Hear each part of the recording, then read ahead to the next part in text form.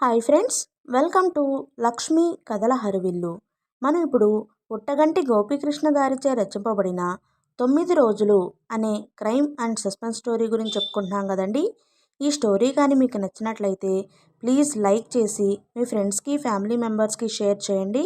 అలాగే ఛానల్ని సబ్స్క్రైబ్ చేసుకోండి.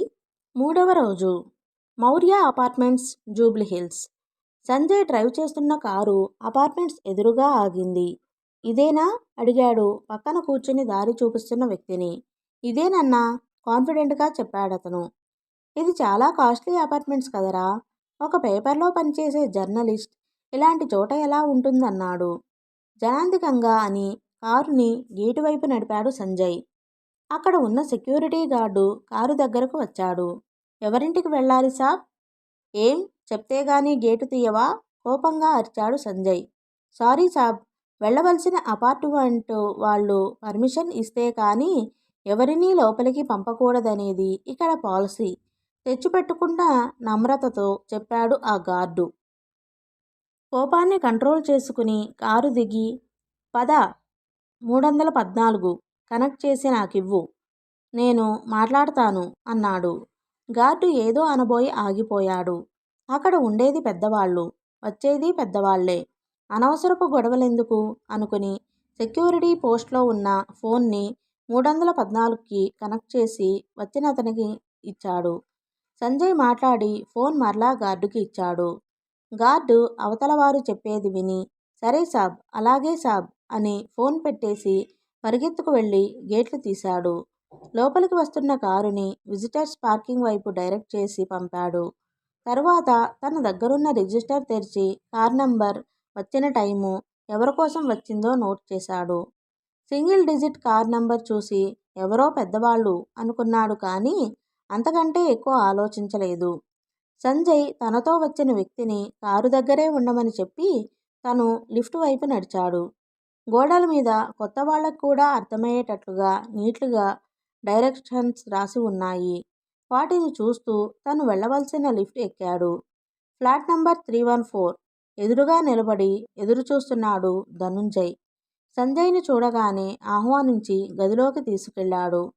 లోపల హాల్లో కూర్చున్న వెంటనే అడిగాడు సంజయ్, నువ్వేనా ఆ వార్త రాసింది? ఏ వార్త గురించి మాట్లాడుతున్నారు? ఎదురు ప్రశ్నించాడు ధనుంజయ్. నేనెవరో, ఇక్కడ ఎందుకు వచ్చానో ఊహించలేనంత మూర్ఖుడివి కాదని నాకు తెలుసు. అడిగిన దానికి సమాధానం చెప్పు. ఒక్క క్షణం ఆలోచించుకున్నట్లుగా ఆగి చెప్పాడు ధనుంజయ్. అవును, నేనే అది రాసింది. చూడు, నువ్వు రాసిన వార్తకి భయపడిపోయి నేనిక్కడికి రాలేదు. దేనినెలా మేనేజ్ చెయ్యాలో నాకు తెలుసు. నాకు కావాల్సింది నీకా సమాచారం ఎవరు అందించారో ఆ వ్యక్తి పేరు మాత్రమే. ఎక్కువ నాంచకుండా అతనెవరో చెప్పు. అతనెవరో నాకు తెలీదు. ఫోన్లో వివరాలు చెప్పాడు. దాని ఆధారంగా నేనే పరిశోధన చేసి రాశాను. నాకు తెలుసు, ఫోన్లో వచ్చిన ఇన్ఫర్మేషన్ ఆధారంగా వార్తలు రాయగలవు. దివ్య దృష్టితో చూసి మేము కొన్న ఆస్తి తాలూకు డాక్యుమెంట్స్లోని లోపాలు పసిగట్టగలవు. ఎన్ని మహిమలు లేకపోతే నీకు వచ్చే 25,000 జీతానికి 25,000 అద్దె పెట్టి ఇక్కడ ఉండగలవు. మీరు నమ్మినా నమ్మకపోయినా నాకు తెలిసింది చెప్పాను. బ్లఫ్ చేయొద్దు ధనుంజయ్. ఏ పాముని ఎంత కర్రతో కొట్టాలో బాగా తెలిసిన వాడిని. నాతో పెట్టుకోకు. మర్యాదగా నేను అడిగిన వివరాలు చెప్పు. సంజయ్ మాట్లాడుతున్న ప్రతి మాటలో కోపంతో పాటు అతని స్వరం కూడా పెరిగిపోతుంది. హఠాత్తుగా హాల్లో నుండి గట్టిగా వినిపిస్తున్న మాటలకి ధనుంజయ్ కుటుంబ సభ్యులంతా లోపల గది నుండి హాల్లోకి వచ్చి ఆందోళనగా చూడసాగారు. నాకు తెలిసింది ఆల్రెడీ చెప్పాను. అంతకంటే చెప్పడానికి ఇంకేమీ లేదు, కూల్గా చెప్పాడు ధనుంజయ్. ఏంట్రా నువ్వు చెప్పేది నేను వినేది? నేనెవరో నా సంగతేమిటో తెలియనట్లు లేదు? ఆవేశంతో ఊగిపోతూ ధనుంజయ్ కాలర్ పట్టుకుని ఊపాడు సంజయ్. నేను తలుచుకుంటే రేపీ పాటికి నువ్వు ఈ భూమి మీద ఉండవు.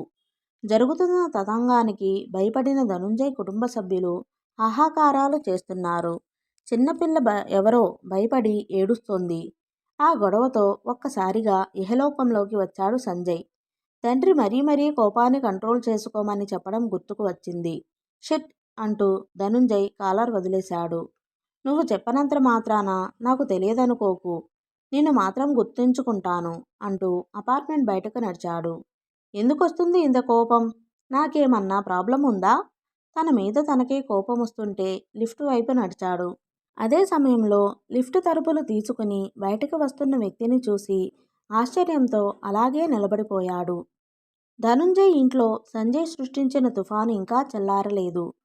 కుటుంబమంతా ధనుంజయ్ చుట్టూ చేరారు. ఎవరండి అతను? ఏమిటిదంతా? అడుగుతోంది ధనుంజయ్ భార్య. వాడి చేతులిరిగిపోను. వాడికేం రోగమొచ్చిందో బిడ్డ మీద చెయ్యెత్తాడు. ధనుంజయ్ తల్లి ఆక్రోశం. మీరు వెళ్ళి పోలీస్ రిపోర్ట్ ఇచ్చిరండి. ఇక్కడ పోలీస్ స్టేషన్లో ఇన్స్పెక్టర్ మీకు తెలుసుగా. ధనుంజయ్ వాళ్ళ ఆవిడ సలహా ఇచ్చింది. చిన్నగా నవ్వేశాడు ధనుంజయ్. ఇప్పుడు వచ్చినతని పేరు సంజయ్. చీఫ్ మినిస్టర్ కోదండరావు కొడుకు. అతను చెప్పిన విషయం జీర్ణమయ్యే కొద్దీ కుటుంబ సభ్యంలో భయం పెరిగిపోయింది. మరి ఇప్పుడేం చెయ్యాలండి? అతను తలుచుకుంటే ఏమన్నా చేయగలడు. మనమేం చేయగలం? అతనే చెప్పాడుగా, ఏ పాముని ఏ కర్రతో కొట్టాలో తెలుసని. ఈ పామును కొట్టే కర్ర ఒకటుంది. దాని సంగతి నాకు తెలుసు అంటూ ఫోన్ డయల్ చేయడం మొదలుపెట్టాడు. లిఫ్ట్ నుండి బయటకు వస్తున్న మాయ కారిడోర్లో ఎదురైన సంజయ్ని చూసి ఆశ్చర్యపోయింది. What a surprise Sanjay! మీరేమిటి ఇక్కడ? అది యా మా ఫ్రెండ్ ఇక్కడ ఉంటే అతని కోసం వచ్చాను. మూసి ఉన్న 314 తలుపు వైపు చేయి చూపిస్తూ చెప్పాడు. మరి మీరేమిటి ఇక్కడ? This is my residence Sanjay. నేనుండేది ఇక్కడే ఆహ్లాదంగా నవ్వుతూ చెప్పింది 315 అపార్ట్మెంట్ చూపిస్తూ. ఇంత దూరం వచ్చారు. కాసేపు కూర్చొని వెళ్దురుగాని మా ఫ్లాట్లోకి రండి. భుజాలెగరేశాడు సంజయ్. వై నాట్ అంటూ. గబగబా నడిచి హ్యాండ్ బ్యాగ్లోంచి రూమ్ కీ తీసి తలుపు తెరిచింది. ఇంట్లో ఎవరూ లేరా? అడిగాడు సంజయ్. మరలా తనే సంజాయిషీ ఇస్తున్నట్లుగా తలుపు తాళం వేసి ఉంటే అడుగుతున్నా అన్నాడు. దాందేముంది సంజయ్, నేను ఈ అపార్ట్మెంట్లో కొత్తగా చేరాను. ఇంకా పూర్తిగా షిఫ్ట్ కాలేదు. ఆ మాటకొస్తే హైదరాబాద్కే పూర్తిగా షిఫ్ట్ కాలేదు. మమ్మీ ఆ ఏర్పాట్లు చూడడానికే కోల్కతా వెళ్ళింది. చేతిలో ఉన్న షాపింగ్ బ్యాగులు ఒక పక్కన పడేసి సంజయ్ని కూర్చోమని సోఫా చూపించింది. అప్పటికల్లా సంజయ్ ఆవేశం పూర్తిగా చల్లారింది. అనుకోకుండా అంది వచ్చిన మాయా కంపెనీ ఆహ్లాదాన్నిస్తుంటే సోఫాలో వెనక్కు వాలి రిలాక్స్ అయ్యాడు. ఫ్రిడ్జ్లోంచి తెచ్చిన కూల్ డ్రింక్ క్యాన్ సంజయ్కి అందించి అతని ఎదురుగా కూర్చుంది మాయ. అన్నట్లు నిన్న మీ ఇంటర్వ్యూ చూశాను. You are gorgeous in that interview. Thank you. సగం క్రెడిట్ అనితకి వెళ్ళాలి. చాలా బాగా కండక్ట్ చేసింది ఇంటర్వ్యూని. అది మామూలే. అనిత ఉందంటే ప్రోగ్రామ్ సక్సెస్సే. అది సరే, నీ పిక్చర్ ప్రోగ్రెస్ ఎంతవరకు వచ్చింది? ఆల్మోస్ట్ అయిపోయినట్లే. ఏదో కొంత వర్క్ మిగిలి ఉంటే చేస్తున్నాం. నెక్స్ట్ ప్రాజెక్ట్ గురించి ఏమన్నా అనుకున్నావా? ఆ విషయాలన్నీ మా మమ్మీనే చూసుకుంటుంది. నేను పెద్దగా పట్టించుకోను సంజయ్. మాట మాటకి జుట్టు సవరించుకుంటూ స్టైల్గా మాట్లాడుతున్న మాయ అందాన్ని హఠాత్తుగా గమనించాడు సంజయ్. అంతకుముందు ధనుంజయ్తో జరిగిన గొడవ కారణంగా పాడైన మూడ్ ఒక్కసారిగా రొమాంటిక్గా మారింది. ఎదురుగా కూర్చున్న మాయ లేచి బెడ్రూంలోకి వెళ్ళింది. 1 మినిట్ సంజయ్ అంటూ షూటింగ్ డ్రెస్లో మాయ అందం మెలమెల మెరిసిపోతుంది.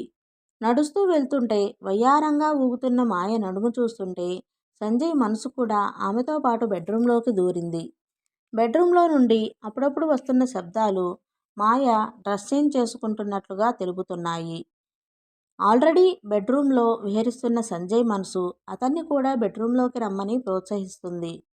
కొన్ని నిమిషాల క్రితమే కదా కోపాన్ని కంట్రోల్ చేసుకోలేక ధనుంజయ్ని కొట్టబోయాడు. ఇంతలోనే ఈ అమ్మాయి మీద ఇలా అణుచుకోలేని ప్రేమ కలుగుతుందేమిటి? ఇంత తక్కువ సమయంలో ఇంత ఎక్స్ట్రీమ్ మూడ్ స్వింగ్ సహజమేనా? Am I all right? అతని మీద అతనికే సందేహం కలుగుతుంది. ఎంతోసేపు జరగలేదు ఆ సంఘర్షణ. అతనిలోని కోరిక యుక్తాయుక్త విచక్షణా జ్ఞానాన్ని జయించింది. లేచి బెడ్రూం వైపు అడుగులు వేశాడు. అతను తలుపు దగ్గరకు వెళ్ళేటప్పటికీ అప్పుడే మాయ లోపల నుంచి రాబోతుంది. కర్టెన్ అడ్డుగా ఉండడంతో సంజయ్ని గమనించలేదు. వేగంగా వచ్చి సంజయ్ని ఢీకొట్టింది. సంజయ్ని గుద్దుకోవడంతో బ్యాలెన్స్ తప్పుతున్న మాయను అతను పొదివి పట్టుకున్నాడు. హఠాత్తుగా జరిగిన సంఘటన నుండి తేరుకోవడానికి మాయకు 1 నిమిషం పట్టింది. ఈ నిమిషంలోనే మాయ సాన్నిహిత్యం, ఆమె శరీర మృదుత్వం, ఒంటికి మెత్తగా తగులుతున్న అందాలు అతనిలోని పశు ప్రవృత్తిని రెచ్చగొడుతుంటే ఆమె చుట్టూ వేసిన సంజయ్ చేతులు బిగుసుకున్నాయి. మాయకి సంజయ్ ప్రవర్తనలో వచ్చిన తేడా వెంటనే అర్థమైంది. సంజయ్, వదులు, ప్లీజ్ వదులు సంజయ్ అంటూ వదిలించుకోవడానికి ప్రయత్నిస్తోంది. ఆమె వదిలించుకోవడానికి ప్రయత్నించిన కొద్దీ సంజయ్ పట్టు ఇంకా బిగుసుకుంటుంది. ఆమె మొహం మీదకి వంగుతోంది. ఇక తటపటాయించి లాభం లేదనుకున్న మాయ అతని నుండి తప్పించుకోవడానికి పెనుగులాడసాగింది. సంజయ్ మాత్రం కామపిశాచి ఆవహించిన వాడిలా మాయ అన్ని విధాల ప్రయత్నాలు తిప్పికొడుతూ ఆమెను ఆక్రమించుకోవాలని చూస్తున్నాడు. నవ్వులాటగా మొదలైన పెనుగులాట పూర్తిగా శృతిమించకముందే బలమంతా ఉపయోగించి సంజయ్ని వెనక్కు నెట్టింది మాయ. కొద్దిగా వెనక్కు వంగిన సంజయ్ చెంప చెళ్ళుమనిపించింది. అంతే, సంజయ్ బిగి కౌగిలి పట్టు సడలింది. ఒక్కసారిగా సంజయ్ నుండి విడివడిన మాయ పరిగెత్తుకుంటూ బెడ్రూంలోకి వెళ్ళి తలుపేసుకుంది.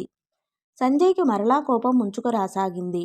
నా దారిని నే పోతుంటే రమ్మనడం ఎందుకు? ఇలా అవమానించటం ఎందుకు? దీని అంతు చూడాలి. ఇంతకు ఇంత అనుభవించేటట్లు చెయ్యాలి అనుకుంటూ గబగబా అడుగులు వేస్తూ ఫ్లాట్ బయటకు వచ్చి లిఫ్ట్ వైపు వెళ్ళాడు. అప్పుడే 314 అపార్ట్మెంట్ తలుపు తెరుచుకుంది. ఒక వ్యక్తి బయటకు రాబోయి విసవిసా నడిచి వెళ్తున్న సంజయ్ని చూసి తిరిగి వెనక్కు వెళ్ళిపోయాడు. చాలాసేపటి క్రితమే తమ అపార్ట్మెంట్ నుండి బయటకు వెళ్ళిన సంజయ్ ఇప్పటి వరకు ఎక్కడ ఉన్నాడో ధనుంజయ్కి గాని అతనితో ఉన్న వ్యక్తికి గాని అర్థం కాలేదు. సెక్యూరిటీ గార్డు నారాయణ ఆవలించాడు. వచ్చే నిద్ర పోగొట్టడానికి లేచి నించుని అటూ ఇటూ పచార్లు చేయసాగాడు.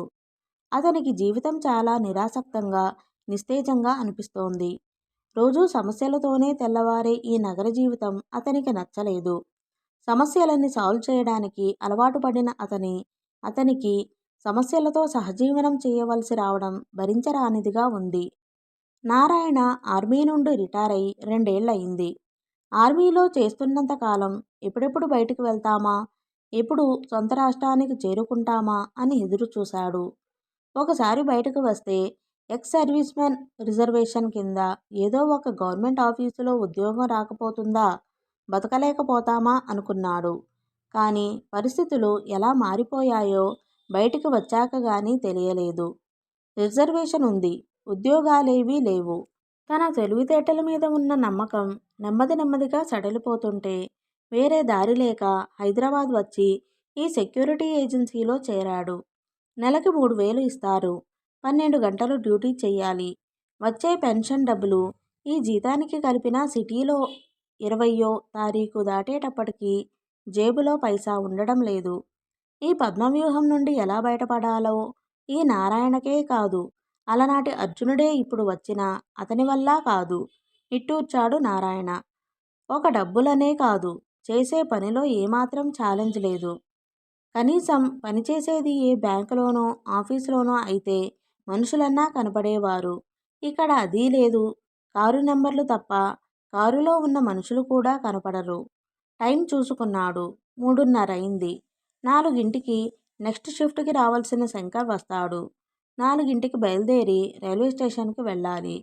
ఈరోజు సాయంత్రం 6 గంటలకి తిరుపతికి వెళ్లే ట్రైన్లో తన కుటుంబానికి రిజర్వేషన్ చేయించాడు. ఒకసారి తిరుపతి వెంకన్నని దర్శించుకుని వస్తేనన్న దశ తిరుగుతుందేమోనన్న ఆశ. 4 దాటితే ఇక్కడ నుండి బయలుదేరి సికింద్రాబాద్ రైల్వే స్టేషన్కి 6 లోపు చేరుకోవడం కష్టం. ఒకసారి శంకర్కి ఫోన్ చేసి వస్తా అనుకుని అపార్ట్మెంట్కి ఎదురుగా ఉన్న పే ఫోన్ దగ్గరికి వెళ్ళి కాయిన్ బాక్స్లో రూపాయి నాణెం వేసి శంకర్కి ఫోన్ చేశాడు. నారాయణ, ఇక్కడ ఏదో యాక్సిడెంట్ అయిందయ్యా. పూరా ట్రాఫిక్ జామ్ అయింది. నువ్వు వెళ్ళిపో, నేను చూసుకుంటాను. ఒకరోజు కాసేపు గార్డు లేకపోతే కొంపలేమన్నా మునుగుతాయా? సోచాయించకు, నువ్వెళ్ళు. ధైర్యం మార్గం చూపించాడు శంకర్.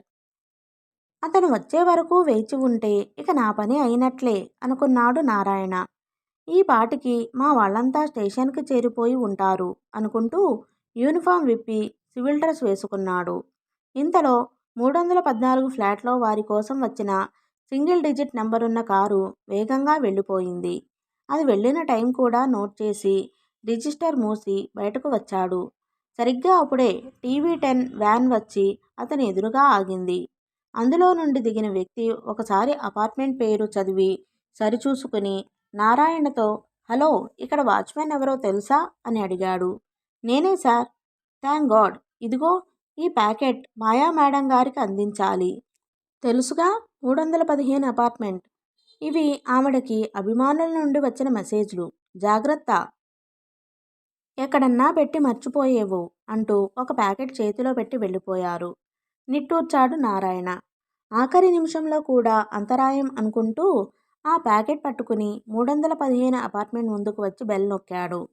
మాయా మేడం బదులు తలుపు తీసిన వ్యక్తిని చూసి ఆశ్చర్యపోయాడు. అయితే ఆ ఆశ్చర్యం కూడా బయటకి కనపడనివ్వకుండా మేనేజ్ చేసి ఆ ప్యాకెట్ అతనికే ఇచ్చి బయటపడ్డాడు. నారాయణ 6 గంటలలోపే సికింద్రాబాద్ రైల్వే స్టేషన్కు చేరుకున్నాడు. అతని కుటుంబ సభ్యులు కూడా అప్పటికే వచ్చి ఉన్నారు. అందరూ ట్రైన్ ఎక్కి కూర్చున్నారు. ట్రైన్ బయలుదేరడానికి ఇంకాస్త సమయం ఉంది. నారాయణ మనసుని మాత్రం ఒక ప్రశ్న తొలుస్తూనే ఉంది. కాసేపటి క్రితం ప్యాకెట్ అందజేయడానికి వెళ్ళినప్పుడు 315 అపార్ట్మెంట్ తలుపు తీసిన వ్యక్తి ఎవరో కానీ అతన్ని ఇంతకు ముందు చూశాడు. ఎక్కడ చూశాడో, ఎప్పుడు చూశాడో మాత్రం గుర్తు రావడం లేదు. ఆ వ్యక్తి ఎవరో గుర్తు వచ్చే వరకు తనకు నిద్ర పట్టదని మాత్రం నారాయణకు బాగా తెలుసు. సంజయ్ కారులోని ఏసీ వాతావరణంలోని వేడిని కంట్రోల్ చేయగలుగుతోంది కానీ అతనిలోని వేడిని ఏమాత్రం తగ్గించలేకపోతోంది. అవమానం, తిరస్కారం అని ఏంటో తెలియదు తనకి. అలాంటిది ఆఫ్టరాల్ ఎక్కడి నుండో బతుకు తెరువు కోసం వచ్చిన ఒక ఆడది తనని కాదంది. పైగా తన చెంప మీద కొట్టింది. చిన్నప్పటి నుండి తనకు ఎవరూ ఒక్క దెబ్బ కూడా కొట్టలేదు. అలాంటిది బ్లడీ చీట్ నన్ను కొడుతుందా? ఒకసారి చెంప సవరించుకున్నాడు. శరీరానికి గాయమైనా పర్వాలేదు. ఇది మనసుకు తగిలిన గాయం. ఎప్పటికీ మాసిపోదు. పైగా ఈ విషయం ఎంతమందితో చెప్పుకుంటుందో గొప్పగా. మరి నేనేం చేశాను? చేతకాని వాడిలాగా, పిరికి పందలాగా నోరు మూసుకుని లేచి వచ్చేశాను. అంతేనా? దాన్నలా వదలవలసిందేనా? లేదు, గుణపాఠం నేర్పాలి. నాకు పడిన చెంపదెబ్బ పర్యవసానం ఎలా ఉంటుందో తెలియచెయ్యాలి. కారు రోడ్డు పక్కన సడన్ బ్రేక్తో ఆగింది. దిగరా అన్నాడు పక్కనున్న అనుచరుడి వంక చూసి. వాడికేం అర్థం కాలేదు. అన్నా అంటూ ఏదో చెప్పబోయి సంజయ్ మొహం చూసి చెప్పబోయిన మాటల్ని దిగమింగుకొని కారులో నుండి దిగిపోయాడు. కారు వెనక్కి తిప్పాడు సంజయ్. ఇప్పుడు చెప్తాను దాని పని అనుకుంటూ. Control your anger. అదే నిన్ను నాశనం చేస్తుంది. అదుపు చేసుకో. తండ్రి మాటలు గుర్తుకొస్తున్నాయి. మనసు మాట వినడమా, తండ్రి మాట వినడమా? ద్వైద్వీభావంతో కొట్టుమిట్టులాడాడు. 2 నిమిషాల ఆలోచన తరువాత కారు గమ్యం వైపు సాగిపోయింది. ఓకే ఫ్రెండ్స్, ఈ పార్ట్ని ఇంతటితో ముగిస్తున్నానండి.